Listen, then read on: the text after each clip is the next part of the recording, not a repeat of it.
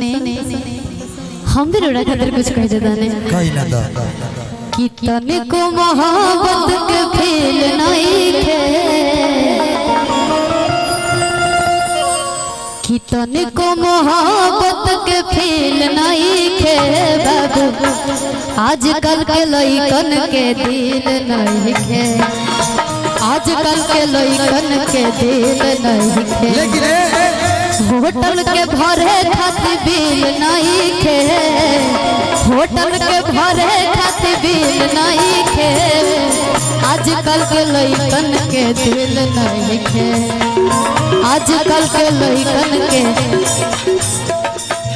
चलत रहे लेकिन शिवानी जी के पापा रुआ कान अपन बंद करी कान बंद करी बंद करी होटल के बिल ये आपके खाते नहीं की कहत पर्सनली है नहीं भी हो ए उठो इधर एक मिनट दिन का सुनो होटल के बिल के बात आई तो हम कहब आइए डरिए मत कोई गाना बुरा नहीं होता चल ले चली तो के ओयो के कमरा में चल ले चली तो के ओयो के कमरा में मजा ले हर जाई रानी सुनाए के चादरा में भाई लेकिन प्यार मोहब्बत के बात बनो आजकल के लड़कन के दिल नहीं खे जा जाई पुत जा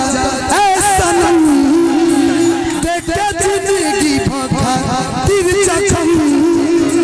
जानी सोचा हमारा बारे में तुहरा खाती हमारा बाइल न दाहे भैया प्यार कल परसों के कायल न दाहे भुला गइल वैसे जैसे भइल प्यार कल परसों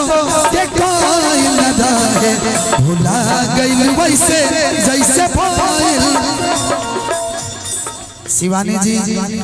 जब प्यार मोहब्बत के बाद आ जाए टेबल का ना देवे बेस में बहुत ज्यादा यहाँ के बहुत अच्छी तरीके से टूट गई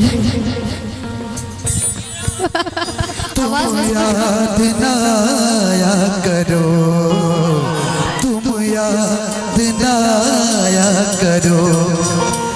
याद आने से पहले तू आ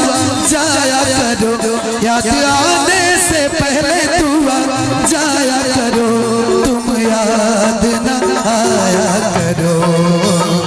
तुम याद न आया करो केहू कमी पूरा करो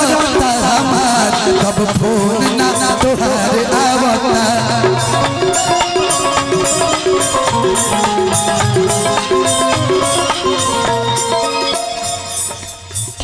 कि दिल ना लगई हो इसके अलावा बहुत भैया बेस कर कम करेंगे ना बेस बात ज्यादा दिल ना लगई हो